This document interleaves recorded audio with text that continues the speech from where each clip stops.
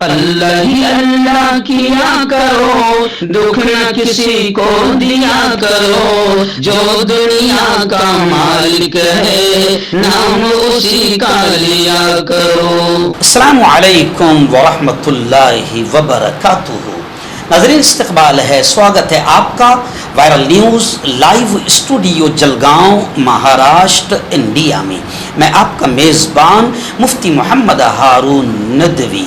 आइए प्यारे मुल्क भारत की बहुत ही ख़ास बड़ी 10 अहम ख़बरों पर नज़र डालते हैं। लेकिन सबसे पहले मैं अपील करूंगा कि जो साथी नए हैं और अभी तक इस बेबाक सच्चे चैनल से जुड़े नहीं हैं, अगर आप चाहते हो कि आपको मुल्क भारत की और पूरी दुनिया की सही और सच्ची खबरें देखने और सुनने को मिले, तो फिर आप इस चैनल से जुड़ जाइए। सब्सक्राइब कर लीजिए हमारे इस चैनल को, बेल आइकॉन घंटी के बटन को भी दबा दीजिए ताकि हमारी हर वीडियो, हर खबर आपको आपके मोबाइल पर मिल सके।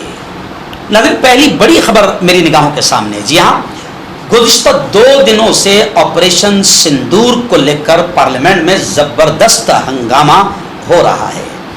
अपोजिशन लीडर और दबंग नेता राहुल गांधी और तमाम अपोजिशन पार्टियां, चाहे ममता दीदी हो या फिर अखिलेश जी यादव हो, तमाम अपोजिशन पार्टियां ऑपरेशन सिंदूर को लेकर हुकूमत ने जो जनता को गुमराह किया, इसको लेकर जबरदस्त हुकूमत पर हमला आवर है।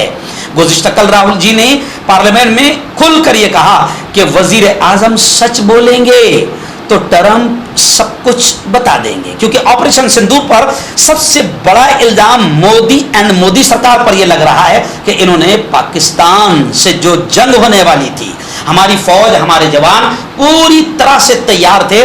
आखिरी बार पूरी तरीके से पाकिस्तान को सबक सिखाया जा सकता था, लेकिन अचानक सीज फायर, जंगबंदी का ऐलान करके गोया कि मुल्क को शर्मिंदा किया नरेंद्र मोदी ने। और दूसरी शर्मिंदगी की बात यह है कि इल्जाम यह भी लग रहा है कि ट्रंप चाचा का फोन आया मोदी जी को और ट्रंप ने जंग रुकवाई, इसलिए जंग रुक गई। तो इसी को लेकर राहुल गांधी और अपोजिशन पार्टियां ये कह रही है कि आखिर ट्रंप होता कौन है? तुमने मुल्क को शर्मसार किया, जबकि हमारे जवान पूरी तरीके से तैयार थे। हमारी बेटी सूफिया कुरैशी पूरी तरीके से पाकिस्तान पर हमला करने को तैयार थी ताकि हमेशा के लिए पाकिस्तान को सबक सिखाया जाए। अब पार्लियामेंट में नरेंद्र मोदी भाग रहे हैं और अपोजिशन जबरदस्त अंदाज में ऑपरेशन सिंदूर को लेकर हमला कर रही है। नाज़रीन, आप जानते हैं कि जमीयत उलमा की मेहनतों से 12 जवानों, जिसमें 7 को उम्र कैद की सजा सुनाई गई थी और 5 को फांसी की सजा सुनाई गई थी। उन 5 को जिनको फांसी की सजा सुनाई गई थी, उसमें से एक जवान मेरे अपने शहर जलगांव का है, आसिफ बशीर खान।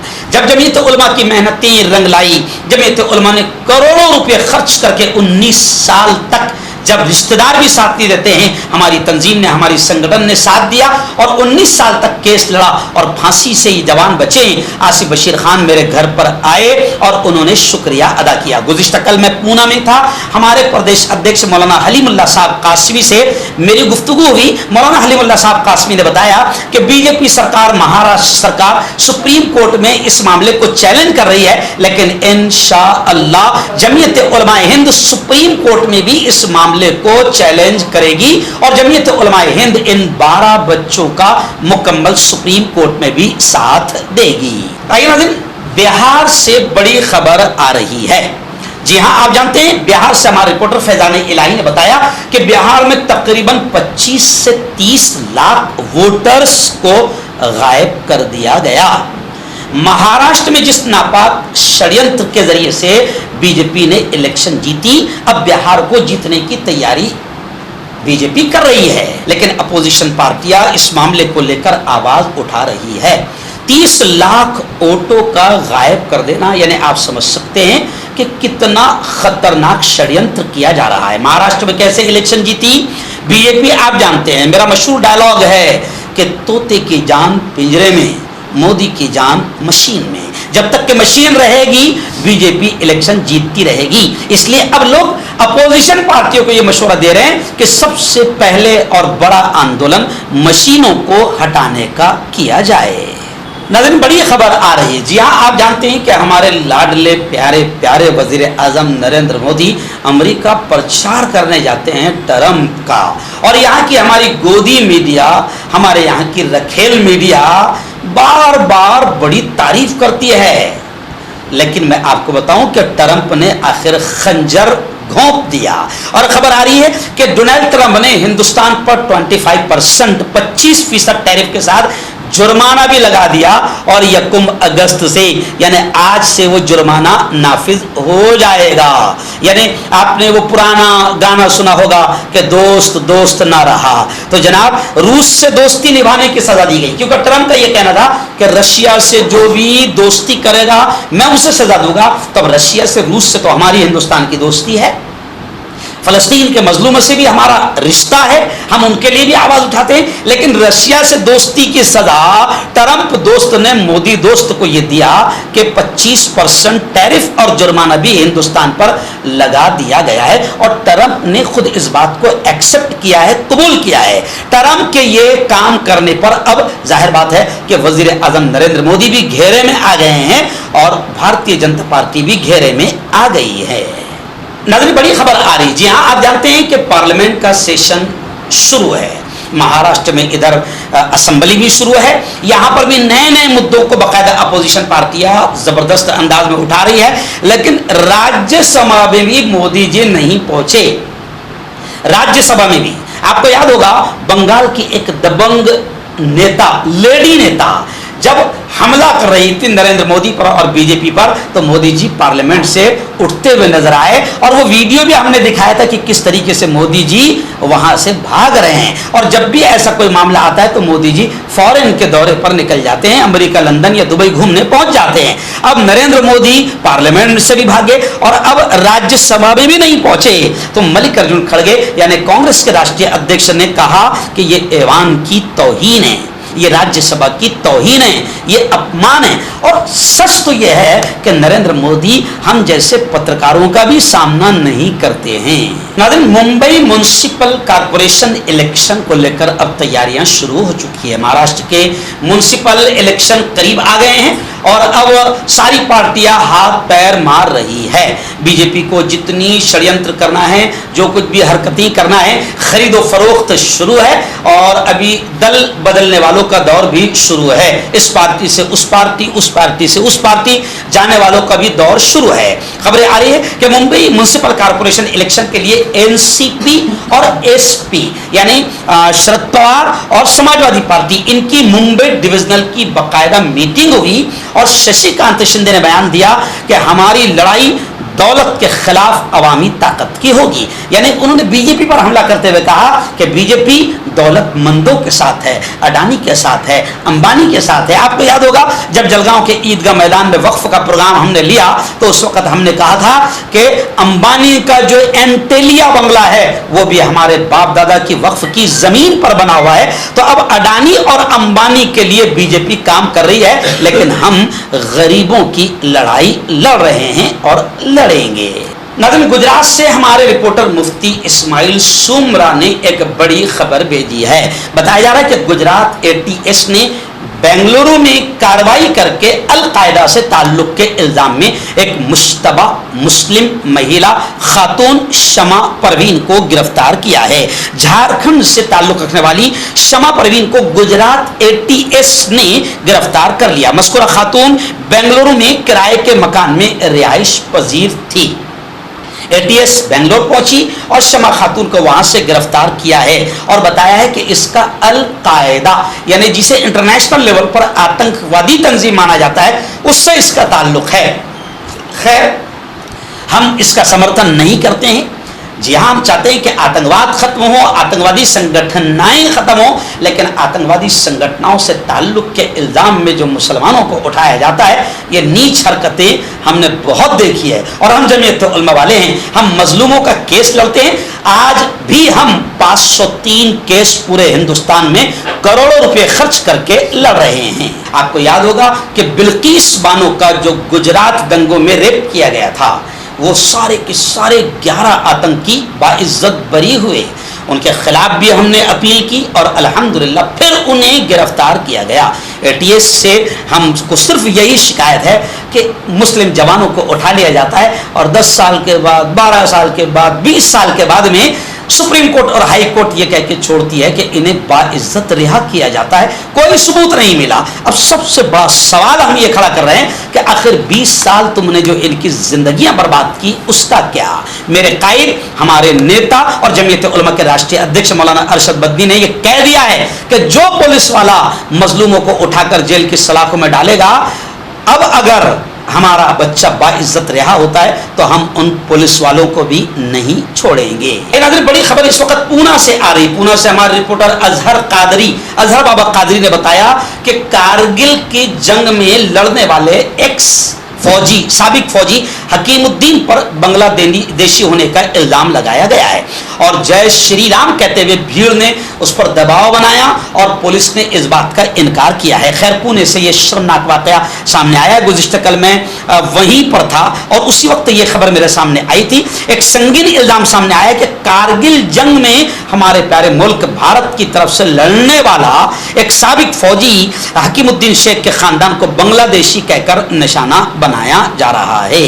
और मैं आपको बता दूं कि ऐसे कई लोग हैं, दिल्ली में रहते हैं, हैदराबाद में रहते हैं, मुंबई में रहते हैं, टेंट डालकर रहते हैं, ऐसे गरीबों पर हमला किया जा रहा है और बांग्लादेशी बोलकर उन्हें उठाकर सताया जा रहा है। नाज़रीन, बड़ी खबर आ रही है पूना से। जी हाँ, गुज़िश्ता कल पूना के इस प्रोग्राम में मैं खुद मौजूद था। पूना में एक लड़कियों का बड़ा मशहूर इदारा है, 27 साल पुराना, जामियतुस सालिहात कोंडवा पूना में, जिसके जिम्मेदार है कारी मोहम्मद इदरीस साहब और हाफिज डॉक्टर शुएब अंसारी साहब। गुज़िश्ता कल 27वां खत्म बुखारी का प्रोग्राम वहाँ था, जिसमें मरहूम मौलाना गुलाम मोहम्मद वस्तानवी के बेटे हुज़ैफा वस्तानवी साहब और जमीयत उलमा के महाराष्ट्र प्रदेश अध्यक्ष मौलाना हलीमुल्लाह साहब कासमी और मैं खुद वहाँ पर मौजूद था। गुज़िश्ता कल का पूना का ये प्रोग्राम बेइंतहा कामयाब रहा।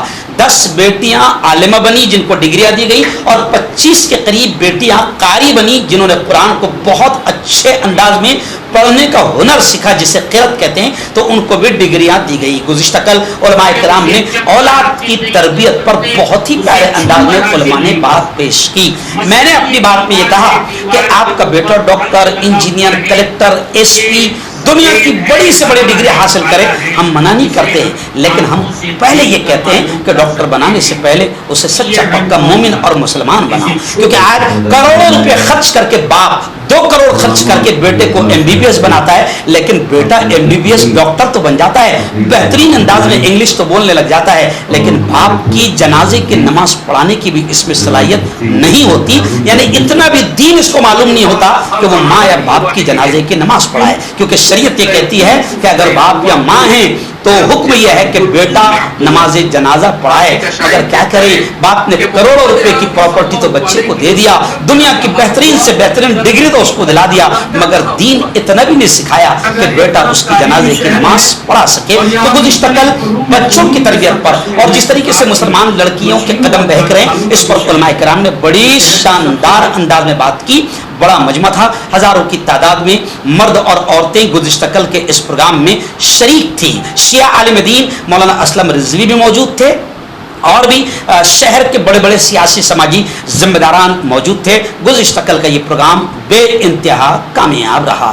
आइए नाज़रीन, आखिरी बड़ी खबर मैं अल्लाह के शुक्र के साथ और अल्हम्दुलिल्लाह कह कर बोल रहा हूँ। जी हाँ, आप जानते हैं कि मैं एक आलिम हूँ, मुफ्ती हूँ, लेकिन अल्लाह ने, मैं तो साफ कहता हूँ कि अल्लाह ने कुरान के और हदीस के इल्म की बरकत से दुनिया को भी कदमों में लाकर डाल दिया है। मालिक का बड़ा एहसान है, बड़ा करम है। गुज़िश्ता कल आप जानते हैं मैं पूना में था, लेकिन मुझे मालूम में नहीं और दिल्ली से बाकायदा मेरे नाम से लेटर आया और अल्हम्दुलिल्लाह अल्लाह का शुक्र सबसे पहले मैं अदा करता हूँ कि मुझे महाराष्ट्र प्रदेश कांग्रेस कमेटी का महासचिव यानी जनरल सेक्रेटरी का पद दिया गया। आज सुबह हमारे प्रदेश अध्यक्ष हर्षवर्धन जी सपकाल से भी मैंने बात किया, उनका भी मैंने शुक्रिया अदा किया। और उन्होंने मुझसे कहा कि मुफ्ती साहब आप हमारे दोस्त हैं, आप हमारे मित्र हैं, हमें सबको साथ मिलकर मुल्क से नफरतों को ख़त्म करना है। और जिस तरीके से सत्ताधारी पार्टियां हिंदू मुसलमानों की एकता को ख़त्म कर रही है और अमन और शांति को भंग कर रही है, कांग्रेस का हाथ मजबूत करके हमें मुल्क में अमन अमान का, शांति का, सद्भावना का, प्यार का, एकता का माहौल बनाना है। इंशाल्लाह आज मैं दिल्ली के लिए रवाना हो रहा हूँ, लेकिन मैं आपको बता दूं कि गुज़िश्ता कल से बधाई का और मुबारकबादियों का सिलसिला शुरू है। मैं तमाम साथियों का दिल की गहराइयों से शुक्रिया अदा करता हूं। और इस वक्त मैं ऑफिस में बैठा हूं और ऑफिस में मेरी अपनी बिरादरी, मेरा अपना समाज, मुस्लिम खाटिक समाज, जिसका मैं खुद राष्ट्रीय अध्यक्ष भी हूं, आज मुझे खुशी है कि मेरी अपनी बिरादरी के तमाम जिम्मेदारान, जलगांव शहर, जलगांव जिला और महाराष्ट्र के जितने पद अधिकारी है मेरे शहर में रहने वाले, आज सब के सब आए हैं। आप खुद देख सकते हैं ये तमाम चेहरे यहाँ पर मौजूद है। मैं इनका भी शुक्रिया अदा करता हूँ और आपसे अपील करता हूँ कि मेरे लिए दुआएं करें कि अल्लाह जिस तरीके से, क्योंकि मन जानी बिल्लाह ये सब काम हो रहा है, किसी पद को अल्लाह रब्बुल इज्जत जब उसकी तरफ से देता है तो वो मदद भी करता है। तो दुआएं करें कि अल्लाह ताला मेरी मदद करे। और ये बड़ा पद है जो किसी मुस्लिम धर्म गुरु को दिया गया है। आप मेरे लिए दुआ करें कि इस पद को मैं इंसाफ दे पाऊं। और आवाज़ मैं पहले ऐसे ही उठाता आ रहा हूं, 20 साल से लड़ रहा था, हो सकता अल्लाह को अब मेरी अदा पसंद आई और उसने कहा कि अब स्टेज पर आकर, एक मजबूत प्लेटफॉर्म पर आकर आवाज़ उठा। तो इंशाल्लाह दुआएं करें, मैं जैसे मजलूमों की आवाज़ बनता हूं और कश्मीर से लेकर कन्याकुमारी तक जब जुल्म होता है तो मैं बोलता हूं, पहले बगैर बैनर के भी बोलता था, बगैर डर और खौफ के बोलता था। अल्लाह रब्बुल आलमीन का साथ और सहारा है और अब अल्लाह ने ये एक सपोर्ट और दिया है। दुआएं कीजिए कि मैं ज़्यादा से ज़्यादा अच्छे से अच्छा समाज के लिए, कौम के लिए और प्यारे देश भारत के लिए काम कर सकूं। अल्हम्दुलिल्लाह, अल्लाह रब्बुल इज़्ज़त का लाख लाख शुक्र एहसान है कि हमारी मुस्लिम खाटिक समाज की जानिब से, जलगांव शहर की जानिब से हमारे राष्ट्रीय अध्यक्ष मुफ्ती हारून नदवी साहब, इनको महाराष्ट्र के सरचिटनीस पद का जो कांग्रेस की जानिब से खिताब दिया गया, उस हिसाब से हम जो पद दिया गया उसके लिए हम तमाम मुस्लिम खाटिक समाज के जिम्मेदारान उनको मुबारकबाद पेश करते हैं और दुआ करते हैं कि अल्लाह रब्बुल इज़्ज़त उनके हाथों से हमारे समाज के साथ साथ पूरी उम्मत के लिए एक बेहतरीन तरीके से काम करने की उमंग अता करे और कबूल फरमाए। आमीन। मर्दाना ताकत हासिल करे 72 घंटों के अंदर, वो भी जड़ी बूटियों द्वारा हकीम याकूब खान से कांटेक्ट करें, जो कि 75 सालों से हिकमत कर रहे हैं। इसके अलावा जोड़ों में दर्द, गुर्दों में पथरी, शुगर, खुजली, ब्यूकेरिया का गारंटी से इलाज किया जाता है। अभी कांटेक्ट डॉक्टर अली, जो कि एक सेक्सोलॉजिस्ट, बीएमएस डॉक्टर हैं, सेक्स की सभी समस्या के लिए संपर्क करें। इसके अलावा नसों का दर्द, जोड़ों का दर्द, गठिया बाय का पक्का इलाज किया जाता है। बवासीर खूनी हो या मस्से वाली हो, जड़ से खत्म हो जाती है। शुगर बिना परहेज, बिना अंग्रेजी दवाइयों के गारंटी के साथ बिल्कुल खत्म हो जाता है। धात रोग या नाइटफॉल, इसके लिए भी आप हमें कांटेक्ट करें। हकीम फरीद, जो कि खानदानी देसी दवाओं से इलाज करते आ रहे हैं, जैसे मर्दाना ताकत, लिकोरिया, शुगर बिना अंग्रेजी दवाई, बिना परहेज के खत्म हो जाती है। इसके अलावा जोड़ों का दर्द, घुटनों का दर्द, कमर दर्द, खुजली, बवासीर, खून या मस्से वाली, वजन कम करना, वजन बढ़ाना, तिल, मस्से, आंखों के ऊपर की चर्बी, बालों का झड़ना, बालों में कीड़ा लगना, भी कांटेक्ट।